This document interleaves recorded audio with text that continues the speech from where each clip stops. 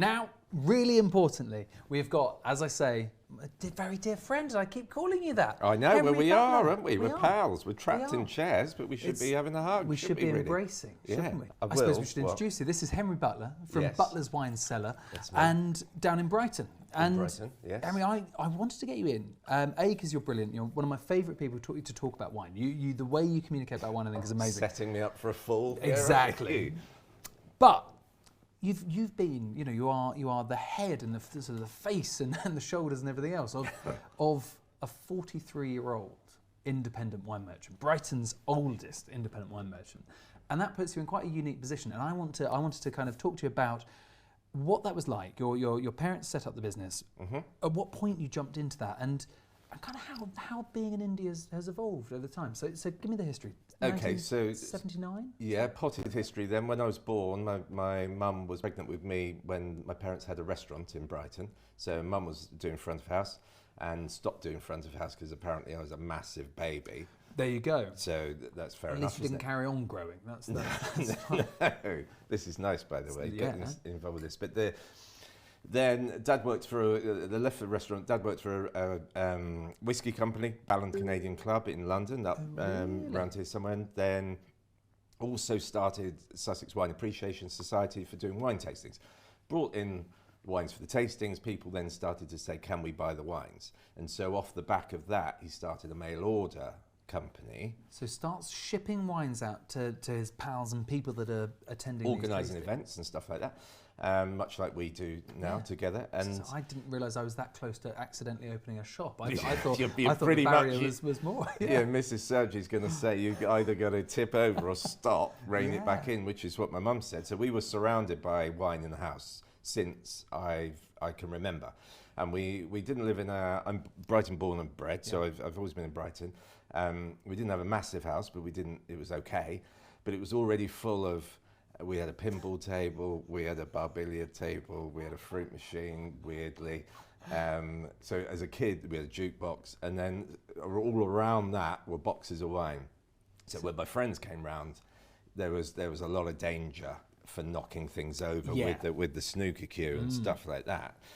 So Mum said once a pile of boxes collapsed on their bed, which possibly said about the demise of their relationship, but she said, you've either got to stop this or open a shop. And so Dad opened a shop, and there was a warehouse, and it's little wine. I would carry things. So you're sort of 8 or 9 at this point? Yeah. Yeah. Yeah, full contract. Amazing. Exactly. EU hadn't really kicked in and stuff. Zero hours policy. Everything was fair game, and I was quite entrepreneurial.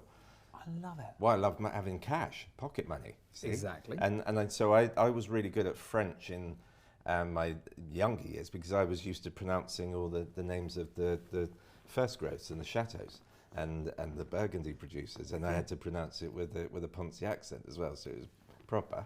So mainly, like I do now, I'm really good at picking things up, carrying them, and putting them somewhere else. You are, I can attest, exceptional. I'm pretty good at that, yeah.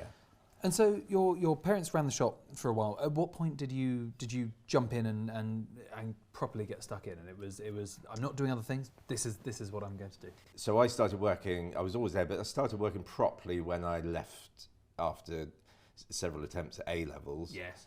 And barely got 2. And thought, well, this university thing is not for me because our school was right next door to a university. So we'd done the university socialising when we were sort of 15 to 18, so we were ahead of the game, and I thought, well, let's earn some money. You've been working in a wine shop since year 8, right? Yeah, since that was more fun, and so then I started working in the shop, started working with Dad. Dad started to work a bit more from home and started gradually, his health has never been great and became a bit more agoraphobic and never really came back into the shop. Yeah. So I ran it a bit with my mum, and he would do the back end of things. And so from really relatively mid-teens onwards, you were pretty heavily involved. Burdened, some might say.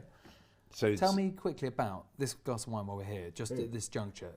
We're talking Portugal. And Portugal has always been, and I've seen videos of you as quite a young man in Portugal running around. So has Portugal been a real thing for you? That was the cameraman on one of those trips had to change his clothes twice on the shooting day because he got a bit of a sweat on. And but we had a great time. And Portugal when my dad opened the shop, we had loads of port, and iconic wines like Barcavalia. I remember we had them on the shelf, and I forgot about that until we were coming up here. But we've made Portugal one of our specialist areas, I guess, because I like the wines. I think they offer consumers so much value, so much interest, and finally, over the last few years, where people are going to visit Portugal more often, certainly Lisbon and Porto, not just the Algarve, they're tasting the wines, they're finding really nice wines and wanting to find them back into the UK, and starting to recognise some names like this. Vinha Verde, as a region and as a wine, and Soalheiro, arguably, we'll argue about this another time, but arguably one of the best makers of Alvarino. No argument from me. I love it, but this one's cloudy. So this one's unfiltered. Yeah. It's got a good old ripe bit of fruit to it as well. So I only sell wines with wax capsules.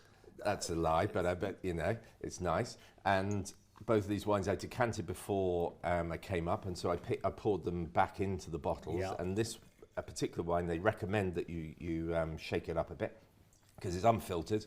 It's made quite naturally without getting caught up in all of that natural nonsense chat. They're trying to make a really good wine, but they don't mess around with it, and they pick it early, so you've got high acidity. Give it a little bit of a malolactic fermentation, which you'll explain if you need to. Very boring, but it gives it a bit more texture, and then they age it in, I think, chestnut barrels for 6 months. So it's a funky one. Properly funky. But it's it's like a 25 quid wine or whatever it is, but it's a world-class wine compared to other wines around the world, and you wouldn't get that in Burgundy, or you wouldn't get that in California at that price. So I think that if you can get your head around the difficulties of some of the labelling in Portugal, you get some massive rewards. And indigenous, brilliant varieties. So things like Alvarino, things like Loeiro. I'm going to invite you to be our wine of the day person alongside Please me. do. And I've got a cheeky little Loeiro to put in there. But I think you're right. It represents value, an opportunity to explore.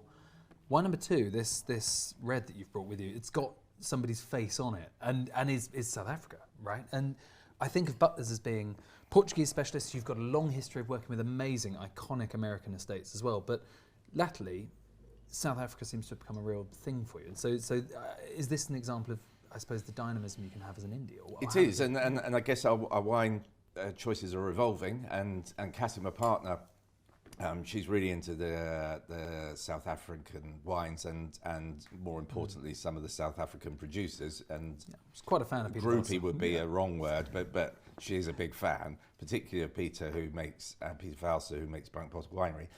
And I think this is part of being an independent, is that we strike up a relationship with the producers. We know all about the producer. We go to lunch with them, or we know about their families and know where they come from and where the wine comes from, so there's the traceability. But he asked if we could do a collaboration, or he and Cassie worked that out together. He'd only ever done one for the Ledbury and the Tate. We're a tin pot little shop on the South Coast, so we're sort of thinking this is amazing. So he found some wine, put it together. It's a Pinotage and a Syrah from small vineyards, old vines. 300 bottles of red, 300 bottles of white, and that's it. It's lovely. It's got wonderful chew to it. It's got this great chew to it, and it is Pinotage. And I usually don't go into Pinotage, but it's got this fresh acid, this lovely thing going on in terms of that lovely kind of chewy, bright, rich fruit. I think. Go on. It's obviously evolved a little bit, the sort of the independent wine scene. I feel like you're such a sort of ambassador and arbiter for it. People should be supporting indies and should be getting behind it. But really, I think indies represent brilliant value, hand-selected, kind of not necessarily pristine. There are pristine wines that are out there in the world, but only certain wines have absolute soul. And I think you embody that. And honesty, I think. Exactly. So in the shop, there's not a lot of gadgets or high-tech posters with information and stuff, but the staff are there. Exactly. They have passion, they have enthusiasm, that they don't fill you with a load of BS. And they like some of the stuff might like this, some might like that, and it's okay. And it's personal. It's got personality to it. It's our job to inspire drinkers to go forward and experiment with wine and other whatever else you want to experiment with, really, quite 100%. frankly. Well, look, and on that absolutely brilliant note, Henry, I've got you coming back for my wine of the day with me. And it's going to be great fun. Yeah. We're heading off to Plumpton, which I know you know very well, I and do. Richard Banfield is there with the students getting involved. Over to you, Richard.